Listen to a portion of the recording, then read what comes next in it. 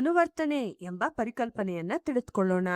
ಸಸ್ಯಗಳಲ್ಲಿ ಅನುವರ್ತನೆ ಅಂದ್ರೆ ಯಾವುದಾದ್ರೂ ಪ್ರಚೋದನೆಗೆ ಪ್ರತಿಕ್ರಿಯೆಯಾಗಿ ಸಸ್ಯದ ಭಾಗಗಳು ಅದರ ಕಡೆಗೆ ಅಥವಾ ಅದರಿಂದ ದೂರಕ್ಕೆ ಬೆಳೆಯುತ್ತಾ ತಿರುಗುವ ಬೆಳವಣಿಗೆಯ ಚಲನೆ. ಅನುವರ್ತನೆ ಅಂದ್ರೆ ಬೆಳವಣಿಗೆಯಿಂದ ಉಂಟಾಗುವಂತಹ ಚಲನೆ. ಆ ಚಲನೆ ಪ್ರಚೋದನೆಯ ಕಡೆಗಿರ್ಬೋದು ಅಥವಾ ದೂರವಾಗಿರ್ಬೋದು. ಒಂದು ಉದಾಹರಣೆಯನ್ನ ನೋಡೋಣ. ಸೂರ್ಯನ ಬೆಳಕಿನಲ್ಲಿ ಬೆಳೆಯುತ್ತಿರುವ ಒಂದು ಸಸ್ಯವನ್ನ ಪರಿಗಣಿಸಿ. ಕೆಲವು ದಿನಗಳ ನಂತರ ಸಸ್ಯದ ಕಾಂಡವು ಸೂರ್ಯನ ಬೆಳಕಿನ ಕಡೆಗೆ ತಿರುಗಿ ಬೆಳೆಯೋದನ್ನ ಹಾಗೂ ಬೇರುಗಳು ಸೂರ್ಯನ ಬೆಳಕಿನಿಂದ ದೂರಕ್ಕೆ ತಿರುಗಿ ಬೆಳೆಯೋದನ್ನ ಗಮನಿಸಬಹುದು. ಇದನ್ನೇ ಅನುವರ್ತನೆ ಅಂತ ಕರೀತಾರೆ.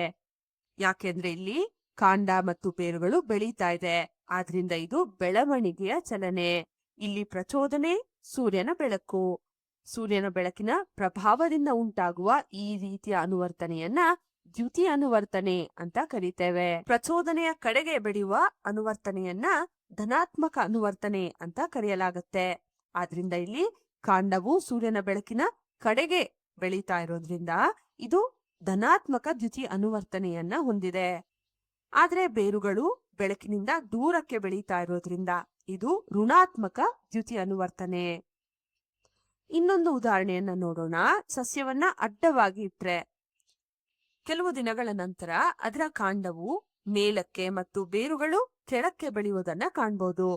ಈ ಬಾರಿ ಪ್ರಚೋದನೆ ಬೆಳಕಲ್ಲ, ಇಲ್ಲಿ ಪ್ರಚೋದನೆ ಭೂಮಿಯ ಗುರುತ್ವಾಕರ್ಷಣೆ. ಭೂಮಿಯ ಗುರುತ್ವಾಕರ್ಷಣೆಯ ಪ್ರಭಾವದಿಂದ ಉಂಟಾಗುವ ಈ ರೀತಿಯ ಅನುವರ್ತನೆಯನ್ನ ಗುರುತ್ವಾನುವರ್ತನೆ ಅಂತ ಕರೀತೇವೆ. ಈಗ ಯೋಚನೆ ಮಾಡಿ ನೋಡಿ, ಇವುಗಳಲ್ಲಿ ಯಾವುದು ಧನಾತ್ಮಕ ಮತ್ತು ಯಾವುದು ಋಣಾತ್ಮಕ ಗುರುತ್ವಾನುವರ್ತನೆ? ಈಗ ನೋಡೋಣ. ಕಾಂಡವು ಮೇಲಕ್ಕೆ ಬೆಳೀತಾ ಇದೆ, ಆದ್ರೆ ಗುರುತ್ವಾಕರ್ಷಣೆಯ ದಿಕ್ಕು ಕೆಳಗೆ. ಅಂದ್ರೆ ಕಾಂಡವು ಪ್ರಚೋದನೆಯಿಂದ ದೂರಕ್ಕೆ ಬೆಳೀತಾ ಇದೆ, ಆದ್ರಿಂದ ಇದು ಋಣಾತ್ಮಕ ಗುರುತ್ವಾನುವರ್ತನೆ. ಆದ್ರೆ ಬೇರುಗಳು ಗುರುತ್ವಾಕರ್ಷಣೆಯ ದಿಕ್ಕಿನಲ್ಲೇ ಅಂದ್ರೆ ಕೆಳಗೆ ಚಲಿಸ್ತಾ ಇದೆ, ಅಂದ್ರೆ ಕೆಳಗೆ ಬೆಳವಣಿಗೆಯ ಚಲನೆಯನ್ನ ಹೊಂದಿದೆ, ಆದ್ರಿಂದ ಇದು ಧನಾತ್ಮಕ ಗುರುತ್ವಾನುವರ್ತನೆ. ಈಗ ಮತ್ತೊಂದು ಉದಾಹರಣೆಯನ್ನ ನೋಡೋಣ. ಒಂದು ಬಳ್ಳಿಯ ಸಸ್ಯವು ಆಸರೆಯನ್ನ ಹಿಡಿದು ಅದನ್ನ ಸುತ್ತಿ ಸುತ್ತಿ ಬೆಳೆಯೋದನ್ನ ನಾವು ಗಮನಿಸಿರ್ತೇವೆ.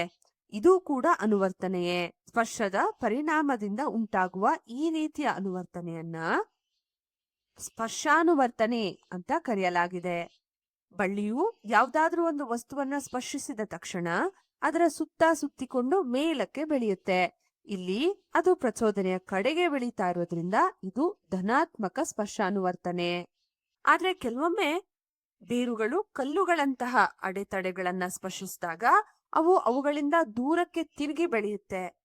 ಇದು ಸ್ಪರ್ಶದಿಂದ ಉಂಟಾಗುವ ಅನುವರ್ತನೆಯೇ. ಆದ್ರೆ ಇಲ್ಲಿ ಬೇರುಗಳು ಪ್ರಚೋದನೆಯಿಂದ ದೂರಕ್ಕೆ ಬೆಳೀತಾ ಇರೋದ್ರಿಂದ ಇದು ಋಣಾತ್ಮಕ ಸ್ಪರ್ಶಾನುವರ್ತನೆ. ಹೂವಿನ ಕಳಂಕದ ಮೇಲೆ ಒಂದು ಪರಾಗಕಣ ಬಿದ್ದಾಗ ಅದು ಮೊಳಕೆಯೊಡೆದು ಪರಾಗನಾಳವನ್ನ ರೂಪಿಸುತ್ತೆ.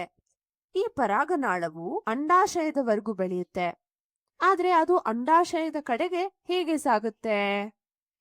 ಅಂಡಾಶಯದ ಭಾಗದಲ್ಲಿ ಇರುವಂತಹ ಕೆಲವು ರಾಸಾಯನಿಕಗಳು ಸ್ರವಿಸೋದ್ರಿಂದ ಆ ರಾಸಾಯನಿಕಗಳ ಪ್ರಭಾವದಿಂದ ಪರಾಗನಾಳವು ಅವುಗಳ ಕಡೆಗೆ ಬೆಳೆಯುತ್ತೆ. ಇದು ಕೂಡ ಒಂದು ಅನುವರ್ತನೆಯೇ.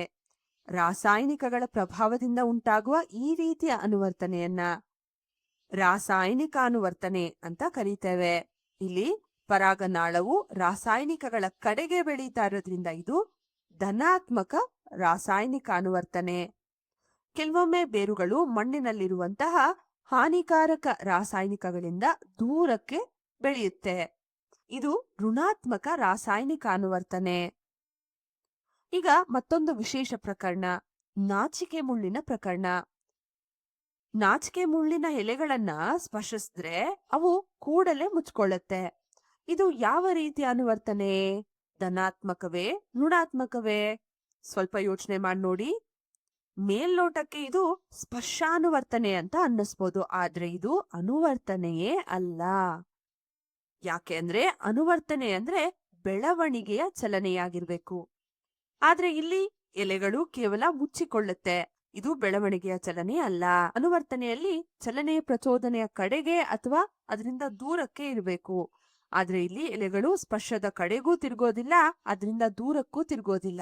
ಆದ್ರಿಂದ ನಾಚಿಕೆ ಮುಳ್ಳಿನ ಎಲೆಗಳು ಮುಚ್ಚಿಕೊಳ್ಳೋದು ಅನುವರ್ತನೆಯೇ ಅಲ್ಲ, ಅದು ಒಂದು ತರದ ರಕ್ಷಣಾ ವ್ಯವಸ್ಥೆ ಅಷ್ಟೇ.